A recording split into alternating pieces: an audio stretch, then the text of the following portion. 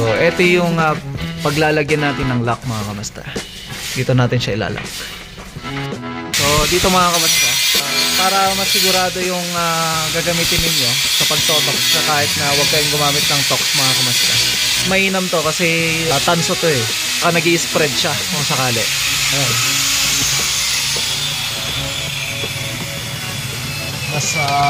Mas makapit yung lock niya.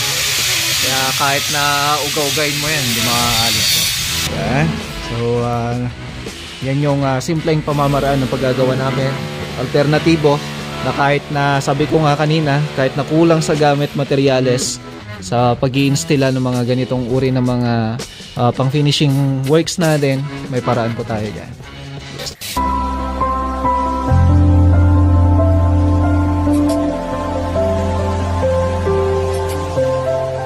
Magandang umaga mga kamasta. So narito tayo ngayon sa project natin sa Santa Fe. At nandito tayo mag-install tayo ng pintuan. So panel door yung i-install natin ngayon. At ayan, mag-install rin tayo ng mga tiles natin. So papakita natin mga kamasta. So let's go. Okay, ayan, maulan na naman. Problema natin, diretsong pag-uulan. Hello ma'am, good morning. Ay gano'n? Ay gano'n mo ba? Ay paalis na ako si madam ngayon. See? Sige po ma'am. Okay. Ayan si Ma'am Maria, nandito siya. Hello ma'am, good morning. Ma'am? Ready na akong... Ay, gano'n. Palis na ako. Ingat kayo, ma'am. Ayan si ma'am. Naka-content tayo ngayon, ma'am. Yan. So, ngayon pala bibiyahe si madam. Babalik na siya ng ibang bansa. So, sakto naman natapos na itong mga nandito sa harapan. Kaya sabi niya maganda. So, magkakaroon pa tayo ng accent dyan sa taas. Ito na yung wall fluted natin. Tingnan nyo mga kamasta na. Okay. So makikita nyo may mga pandikit na siya. Pinapalitadahan ko to kasi medyo nakabako. Ngayon, ayos na siya. Ngayon, matatapos na ito mamaya. Dediretso ko to hanggang dito. Itong part na to. At lalagyan din natin ng moldura yung bandang taas. Itong part na to. Yan. So po, lalagyan din natin yan. Yung moldura niya hanggang dyan. Lalagyan natin ng belt para nakasagad siya. May continuity o kaya may endpoint siyang part. So, yung part na yan, magiging pintura na lang yung magiging accent niya. So, hanggang dito lang sa baba niya para nakapantay tayo dito. Ready na kami para ikabit tong fluted. Magkakaroon tayo ng idea niyan. So, ito na lang din yung lalagyan. So ayan na, nakakanto mesa na tinatawag. Si Mama Maria, babalik na siya. Ingat po. Ang bilis ng panahon. Kaya nga po eh. Ayan. Halos isang buwan. Isang buwan o ba? Oh, yun, isang buwan. Oo po, bilis lang ang araw.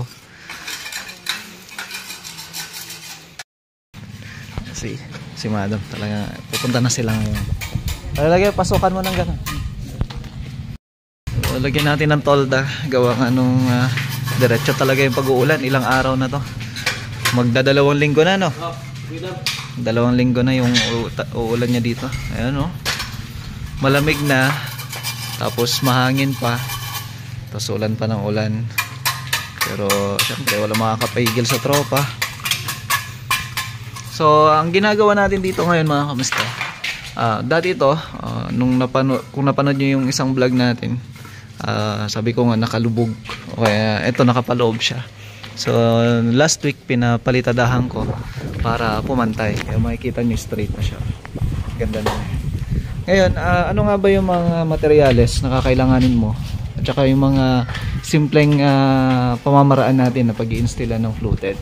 So marami nag-request sa ating FB page, ganoon na rin sa ating YouTube channel, kung paano nga ba yung pag-i-instilla ng WPC mga kamasta na pang outdoor. So parehas lang naman to sa pang-indoor natin, kung saan yung sa taas may na-install na tayo na ganito. So dito sa amin mga kamasta, meron tayong mga kumbaga kulang-kulang pa ng mga materyales sa pagdating sa pag-i-install ng fluted. So kumbaga sa accessories niya may mga kulang pa.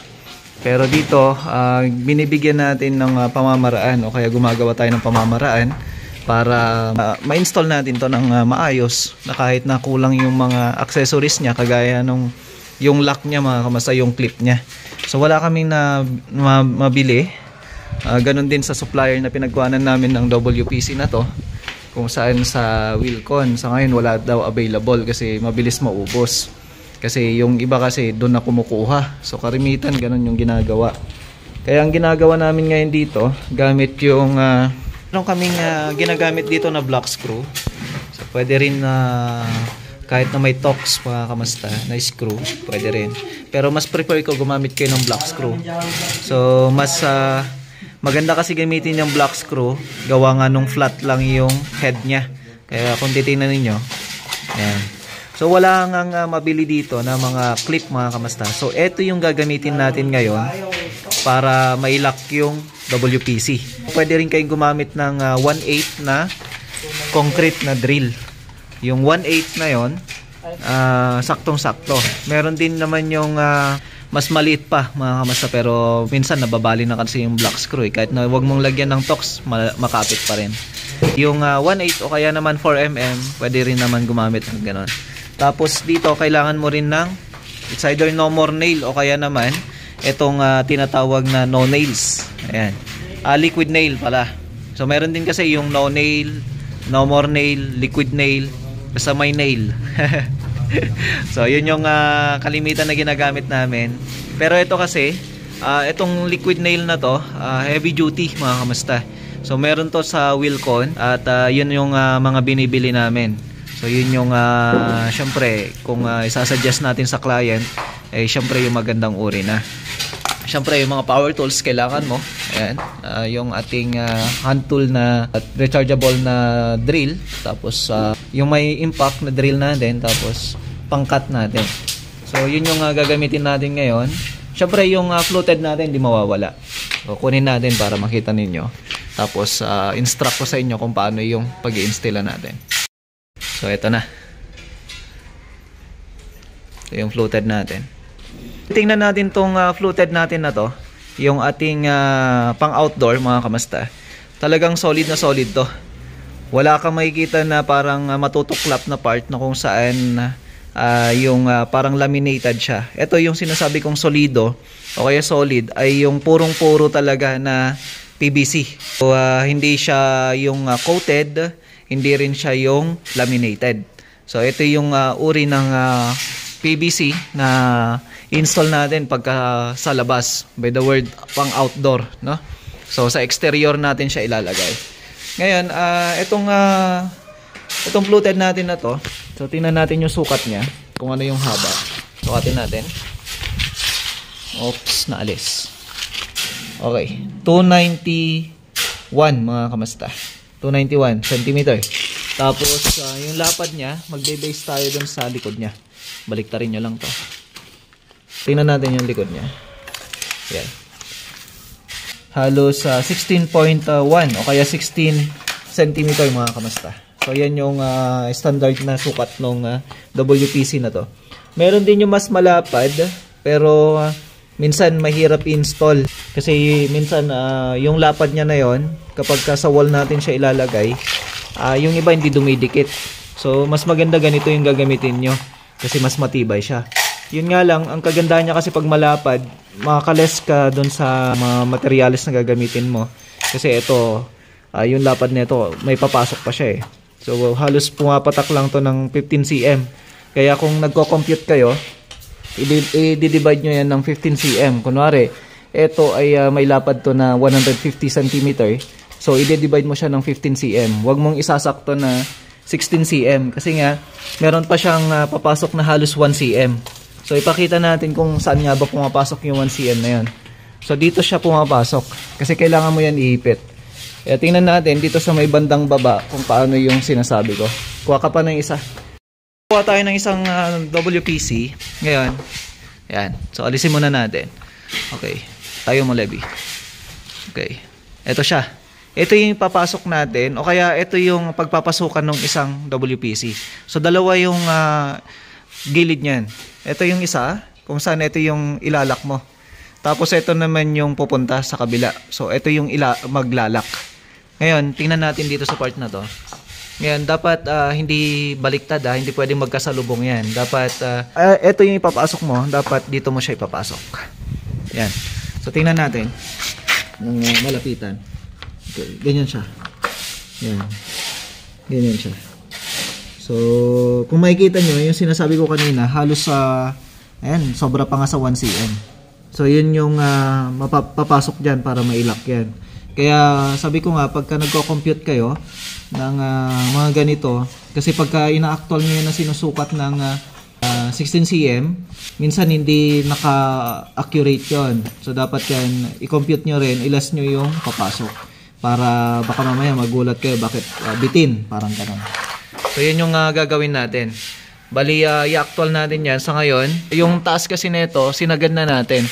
Although may kisame pa to, pero yung shadow lighting siya. Gagawin muna natin ngayon. Dahil sa mababa tong wall natin, yung height niya, kakatingan pa natin to para maikabit natin. So tara.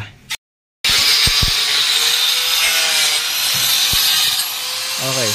Gamit yung ating mount cutting disc. Yan yung pang-cut natin ng WPC natin. So pwede rin naman yung lagaring bakal.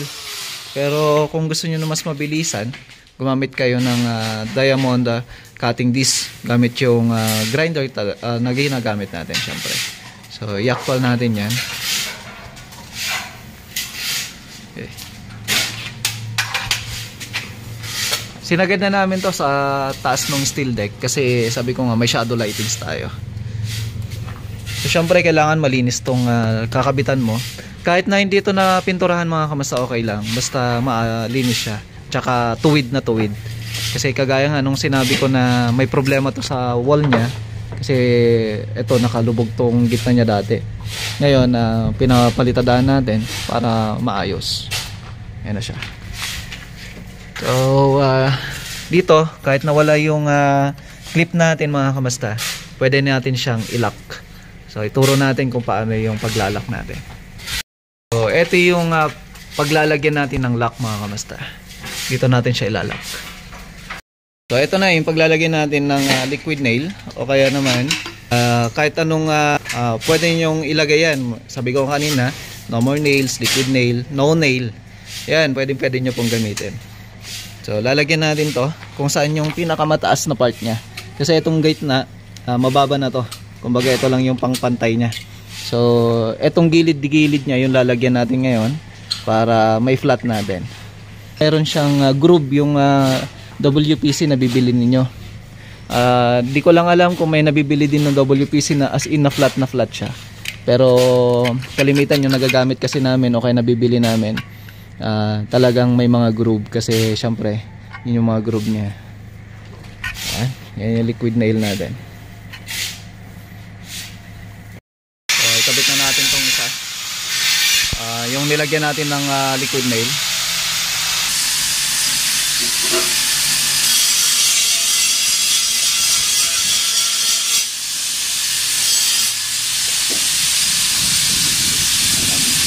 Kung makikita nyo, yan sa mga kamasana. Papasok lang natin yan.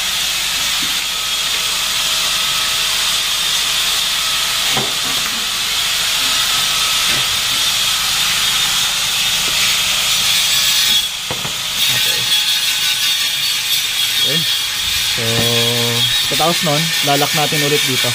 Lahat yan. Susundan natin ulit yan. So, dito mga kamasta, para mas sigurado yung gagamitin ninyo sa pagtotox na kahit na huwag kayong gumamit ng tox mga kamasta. Ito wire. Mas mainam to kasi tanso to eh. Tsaka nag-i-spread siya kung sakali. Ayan.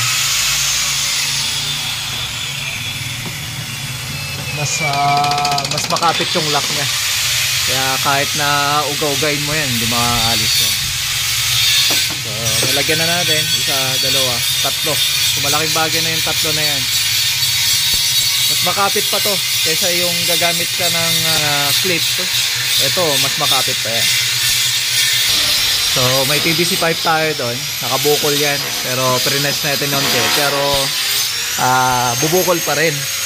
And, may gagawin tayo dito. O kaya ginawa ko. Para hindi yan bubukol. Kasi ito, may tatago naman siya. May tatago tong part na to. Kaya, ang ginawa ko, kinat ko na lang yung bandang likod para papasok siya. Kasi ito mga kamasta, pwede nyo rin pasukan to ng linya ng electrical. Pwede rin. Kung gusto nyo na lagyan ng wall lamp yan, pwede rin. So, yun na lang yung dadaanan niya kung sakali. Papasok mo lang yan. So, yun yung ginagawa natin. Pwede na rin siya, alternatibo na rin to.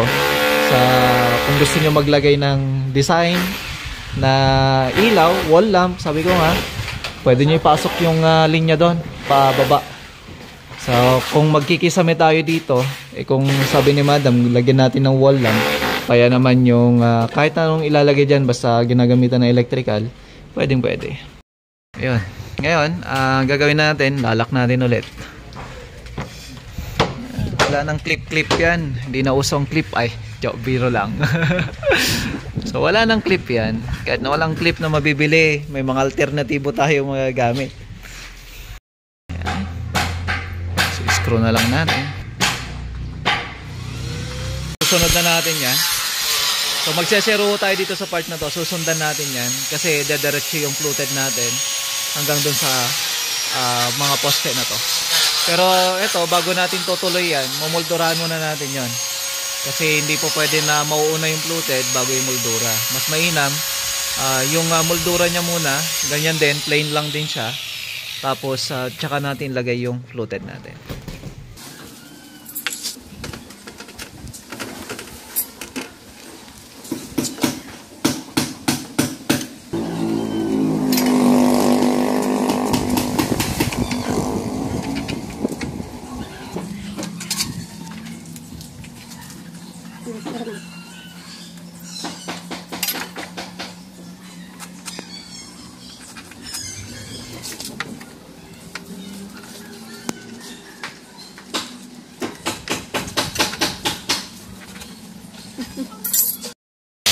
Patingan muna natin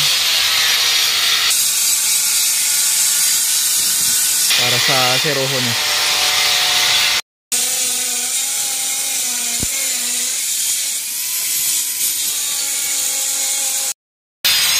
Ay, nalis na.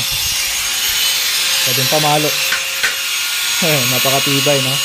So, tinan nyo naman yung WPC na to, porong-porong PVC talaga. Diba?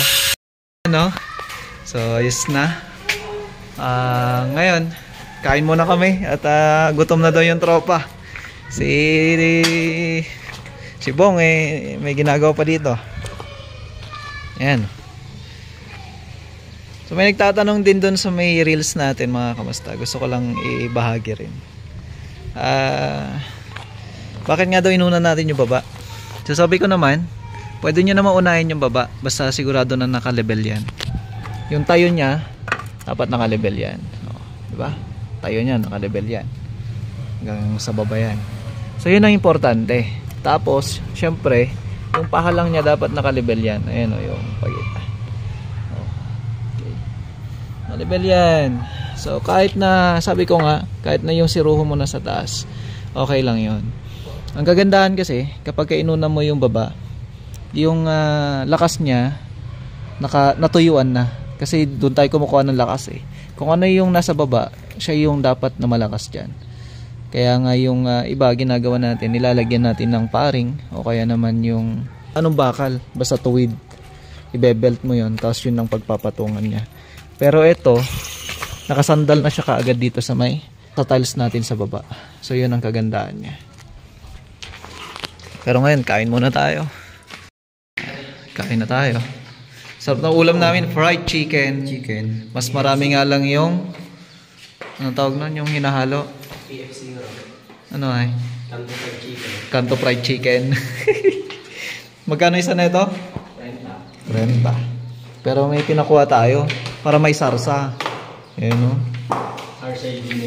Sardinas. Pang sarsa. Kain. Pagbuong pa pala si Dags, oh. Sarap naman na. Ganito yung dayo. Walang kaarte-arte mga kamasta. Maliban kay Dags. Let's go. Kain.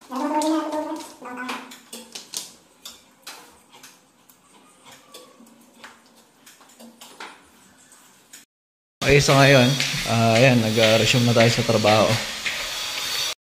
So, nakapag-start na ako kanina nag-planer. Pero nag-double check kami ulit. Kailangan pang bawasan. So, walang roller na malaki si Dags. Yung floated ang gagamitin niya.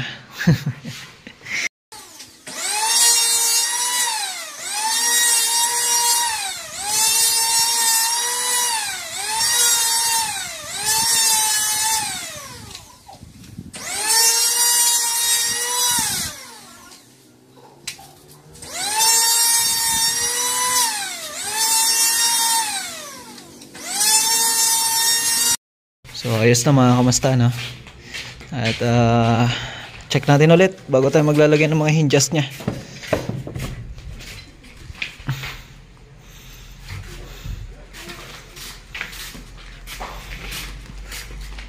Okay, sukat natin yan.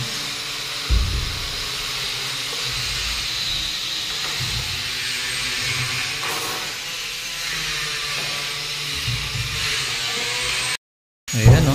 Sakto. Okay, ayos. Yung pagkakalapat. So, yun ang kagandahan niya, no? So, hindi siya mabibigla kapag planer yung gagamitin ninyo.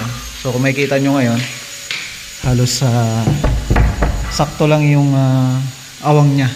Kaya, fit na fit. Ilawan natin para makita. Ayan. Ganun din dito. Ayan. Doon sa baba. So equal yan. Ngayon maglalagay na lang tayo ng hinges. Then check natin kung paano yung pagkakalapat na lang niya. So tara. So maglalagay na tayo ng hinges. So ang pinakuha ko kay Madam yung 3 inches na hinges. So meron din dito yung 4 inches mga kamasta. So ito yung 3x3 na tawag natin. So tres yan, tapos tres dito. Pero pagka medyo malalaki yung door nyo, dapat yan 4 inches. So ang sukat nyan mga kamasta, yan 6.5. Pero kalimitan ginagamit dyan 6 inches. So pwedeng pwede yun. Tapos kunin na lang natin yung gitna. Pero kung apat yung ilalagay nyo na hinges, pag dito sa taas ng mga kamasta, no, ayan, 6.5 pa rin. Pwede rin 6. So yan yung pinaglalaroan lang niya, 6.5 tapos 7 inches. Ngayon kung magdadagdag pa kayo ng isa, so yun mga kamasta, pinaka-top niya yun, ha. Tapos bababa na lang kayo, it's either D4 o kaya D3 yung gagamitin ninyo. Tapos dito, pagka nakukuha nyo na yung sukat niyan, pwede na kayo mag 16 inches dito. Tapos yun yung isa, kung magdadagdag pa kayo ng isa. So yun yung paraan natin. Sukat namin mga kamasta, no? Yun siya. Tapos dito siya. So dahan-dahan lang yan. Gamit lang yung pait, pwede yan. So sa ngayon, punta muna tayo sa baba para makita yung floated natin. Natapos na, no? Bali, mamoldoran lang yung mga column niya para malagyan na rin natin ng floated.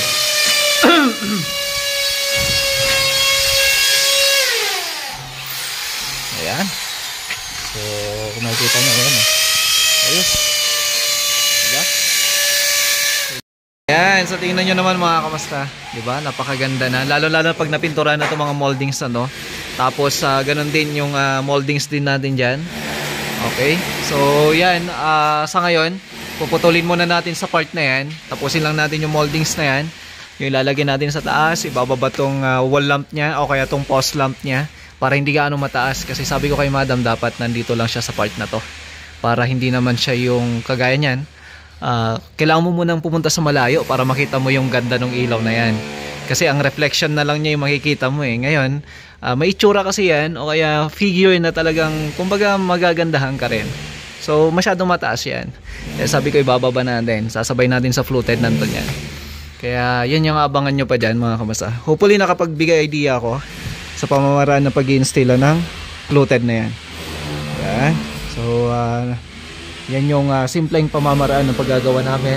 Alternatibo na kahit na sabi ko nga kanina, kahit na kulang sa gamit materyales sa pag-i-install ng mga ganitong uri ng mga pang finishing works natin, may paraan po tayo dyan. Diba?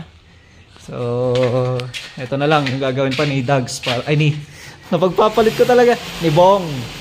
So lahat yan, lalagyan yan, tapos dun sa kabila, tapos dito, tapos lalagyan na natin ng wall fluted yan. So ilalagay kaagad yan ni Levy kung sakaling natapos na tuyuan.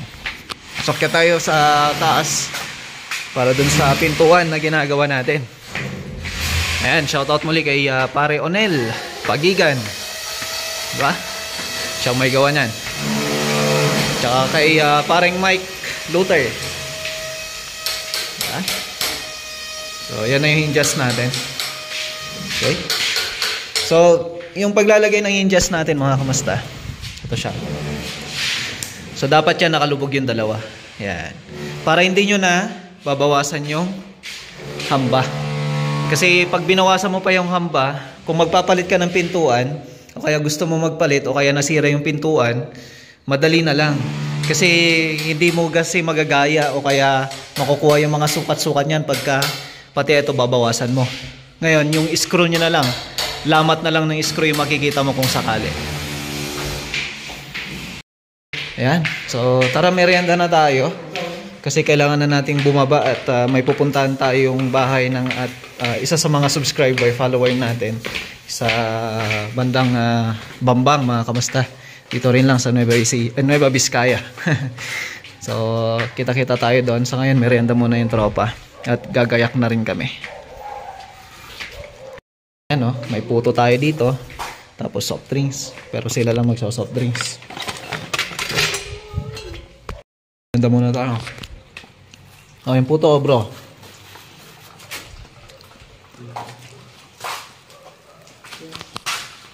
Iwanan natin yung tropa dito. Bali, may iwan na sila dito. At magsusukat muna kami sa Bambang. Okay, so paalis na kami last time mga kamusta. So kita-kita na tayo sa pupuntahan nating bahay ni Ma'am Joanne. Dito na tayo sa Bambang. So dito sa Bambang yan, pero hanapin pa namin. At hindi ko pa alam kung saan ba tayo bahay nila. Okay, dito na tayo. Hinahanap pa rin natin yung bahay. May tarpat na kami na daanan. Taas. Bundok na to mga kamusta. May bundok pala dito sa Bambang. Hindi ba pina? Tara na. So ito yung bahay mga kamusta. Hindi na natin gano'n na picturean. Sa picture na lang. Pero ayun may food pa kami. Si Lester tuwang-tuwa. May food pa si Lester. Ayan, salamat kay Ma'am Joanne. Ayan, di na natin siya nabalabas kasi diretso yung usapan talaga namin. Tapos kay Sir. So ayan, may food pa tayo. Uwi. Thank you so much po. Okay, so let's go. Uwi na tayo.